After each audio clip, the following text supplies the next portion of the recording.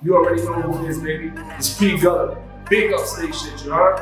I'm with my man, Mr. Everyday, on 90.9 WCDP, Past Life Radio. You already. The next level, the next level, the next level. So what you trying to do and who you really want to be? Everybody wants a shot to be the top in this industry. So what you trying to do and who you really want to be? Everybody wants a shot to be the top in this industry. I follow me, never walk in another man's shoes. Fake we good when you know we ain't brothers. I set my goals, aim high. Yes.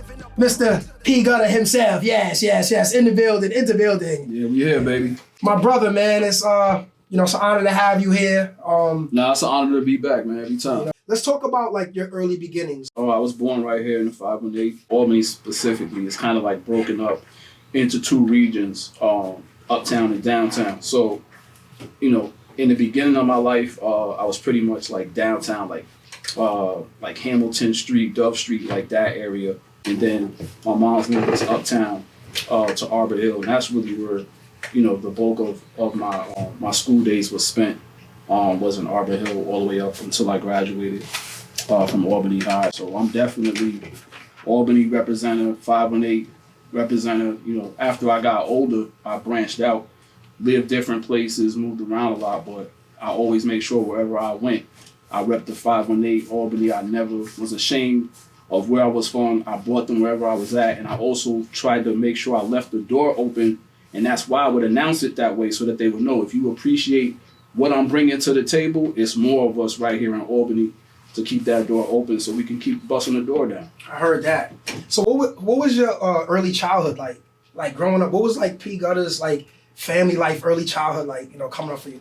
Yeah, so like I said, like growing up in Arbor Hill, I mean, it was pretty much the same as anybody else, growing up in the inner city, you know what I'm saying? I was, one parent household. So where does the name P Gutter come from? For those that don't know, what does that stand for? Right, yeah. So it's spelled P.Gutter, but it actually is an abbreviation. It's really Prince of the Gutter is really what it stands for. My mother really didn't have any other way to guard me from what was happening outside of our door. You got to go outside eventually. You know what Absolutely. I'm saying? So of course she tried to make the inside of the house as much of a safe haven for me as possible. Mm-hmm. So, I was an only child, but she came from a bigger family. Right. I went where she went. Heard it. And her brothers and sisters would always, kind of, just pick on her a little bit because of how guarded she was over me. Mm-hmm. And they was like, man, you think you treating him like he's a prince, like he's your little prince. That apartment in the projects, you know what I'm saying? It was like, that was like our safe tower, like in the middle of the hood. Mm-hmm. So where does music come into play? Like at what point in time did you really get into the music situation? I mean, I got to a point to where I thought I did music. Like I thought, you know what I'm saying? Like I was a musician, or like I perform music, or I do music. And now I've come to the realization is like, no, I am music. Like I was breeded for music. Mm-hmm. That's who I am through and through from the inside out. So my mother, like I said, she was in the church, but she was very musical. You know what I'm saying? She played on the piano. She was the choir director. She was the musical director.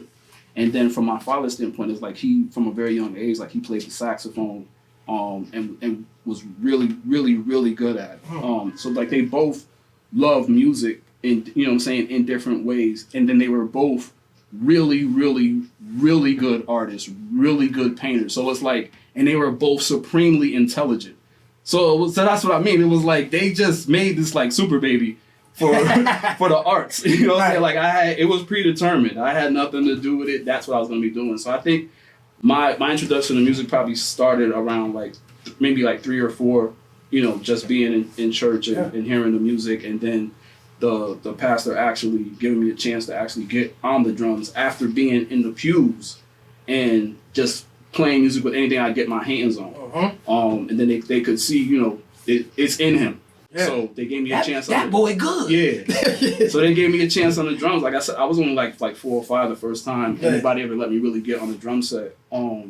And then it pretty much my love for music pretty started there. What was your first steps to like when you said, listen, I wanna start recording, I wanna start. Right. Really, like when I really started rapping was really like high school. Mm-hmm. So when I got to high school, there was a bus that I would take from Arbor Hill to Albany High, and on the back of the bus I would always be writing like poems.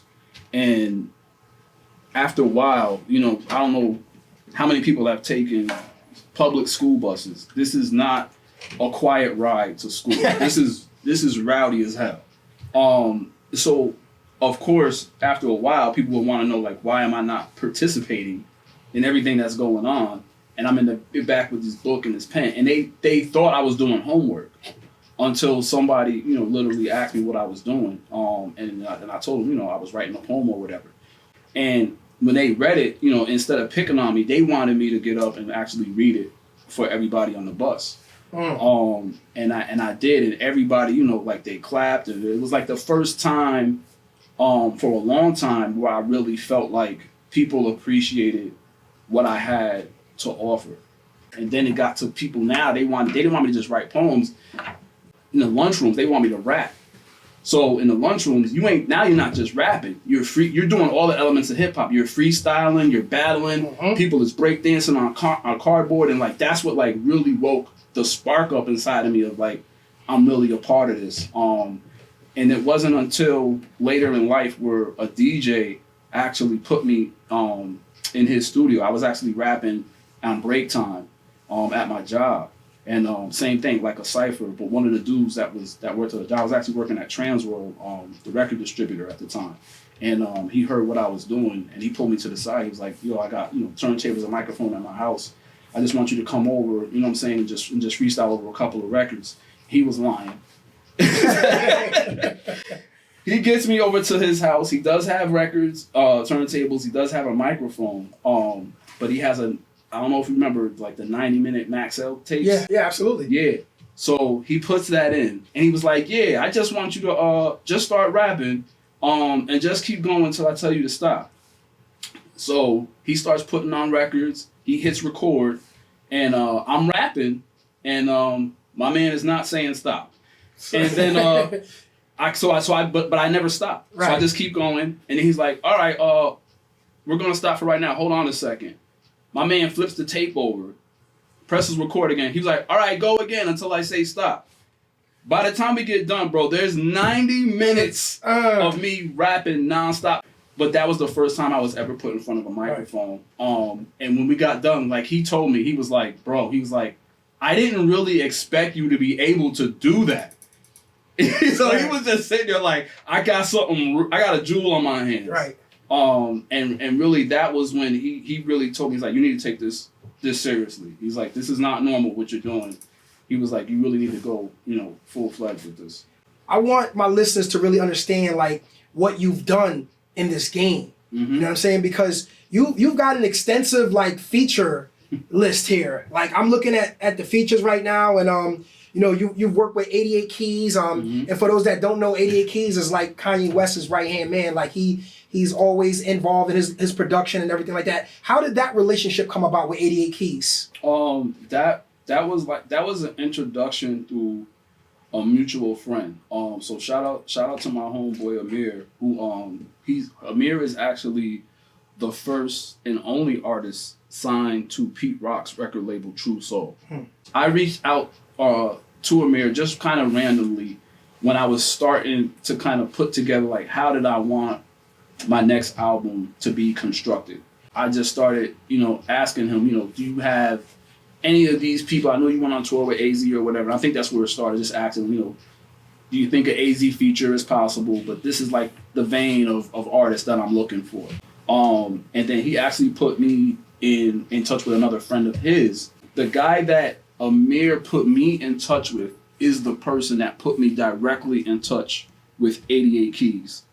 And I gotta say, Grammy-winning producer. The Grammy-winning producer. So it just went from like an Instagram DM to us exchanging phone numbers in a DM, and this is like within minutes. So an Instagram DM to exchanging phone numbers to straight to like a 30-second phone call to him just FaceTiming me.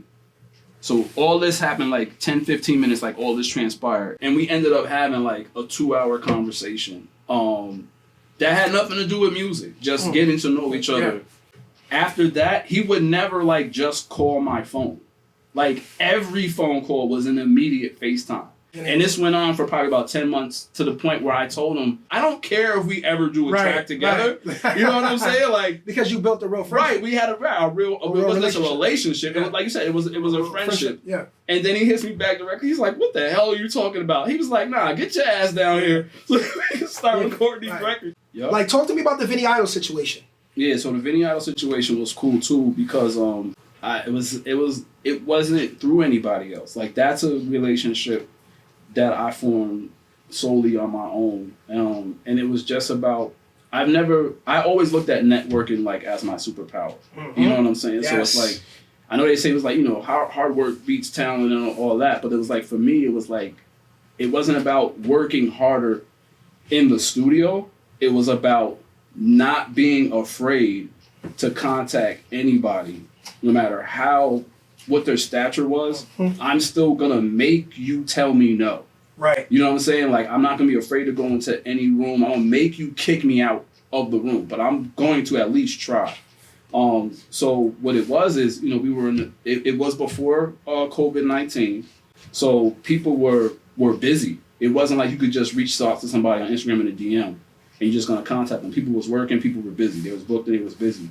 But I did end up contacting Vinny Idol. And I don't even remember why it was him specifically. It was probably like a list of people who I was DMing, and he was one of the people who actually contacted me back.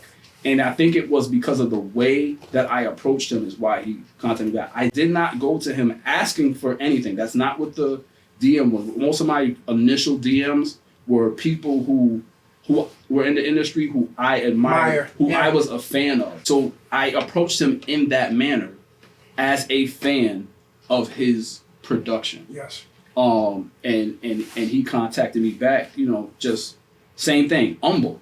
You know what I'm saying? Not boastful, but just humble and really appreciating that he had a fan out there. And I just threw it out there. I was like, man, it would be crazy if you and me would be able, you know, if I was ever able to get a track, you know, from you. It was like, so, because the same thing, always me, I'm always taking the low road and always elevating the other person. Mm-hmm. Yep. And just letting them know, it's like, look, I'm not asking for anything. I'm just saying, like, that would be an honor if I was ever able, you know, to do a track with you. And I just left it right there. Right. And then he came right back with, let's make it happen. You know, just like that. So I was like, okay. He didn't say no. This is awesome. I wanted to really talk about the Jadakiss situation because right now we're talking about Jadakiss is like on top of the world right now. Like he put New York literally on his back. Right, he's hip hop's bro. MVP. And you have a single that's dropping tonight at midnight. I'm gonna play that as well. But you have your single dropping with Jadakiss at midnight. Tell me what that's been like to be able to, you know, to record with, to have a record with a legendary figure such as Jadakiss. So let me just start off by saying that the record was recorded prior to him getting on Versus and doing what he did on that stage to remind everybody who he is. So it wasn't like a wave riding type of thing that I went to, okay, he's popping, let me run out and try to get Jadakiss. He was a part of my original list, not knowing if I'd ever really be able to get him on the project, but he was on the list. And so I already, I was watching that Versus, and my smile was just getting bigger and bigger as he was going song by song, just destroying it. I'm like, the stock was just going up on that verse. Up, like, yes! I'm like, oh yeah, baby, here we go. So we're going to go from Jadakiss to Fat Joe. Fat Joe is the first person who I did not have to reach out to.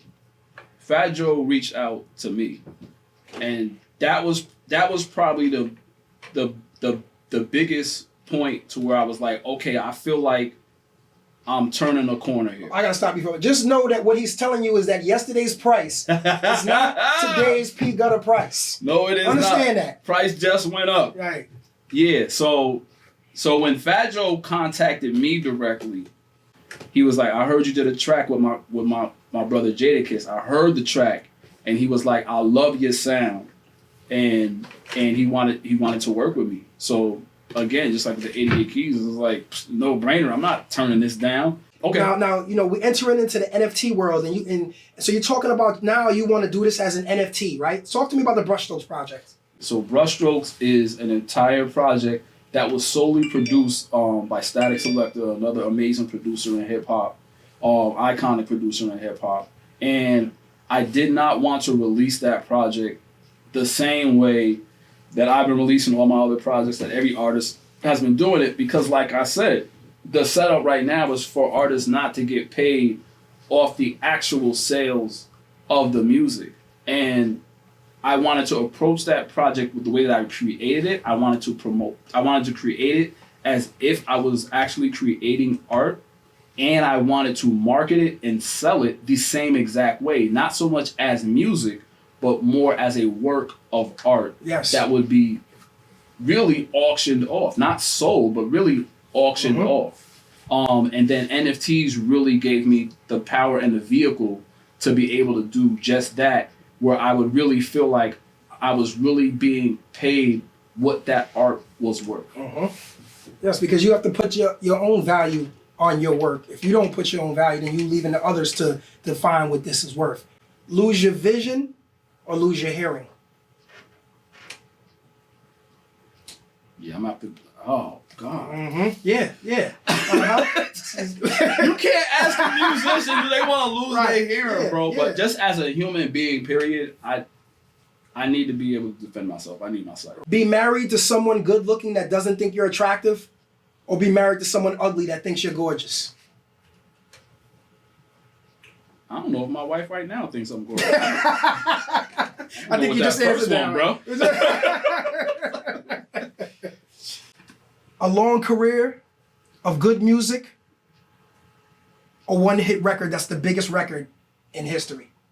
I would pick the biggest record in history if I signed the correct deal that I would be able to eat as much as possible off that record for the rest of my life. P, good answers, bro. Good answers, bro. This is the next level, man. We about to get into P Gunna, some new music for P. Don't even bother tapping in if your money's short. If it ain't about money, I don't wanna talk. Check your bandwidth, I think you got a bad connection. Ain't no service where you live, you know what it is. Don't even bother tapping in if your money's short. If it ain't about money, I don't wanna talk. Check your bandwidth, I think you got a bad connection. Ain't no service where you live, you know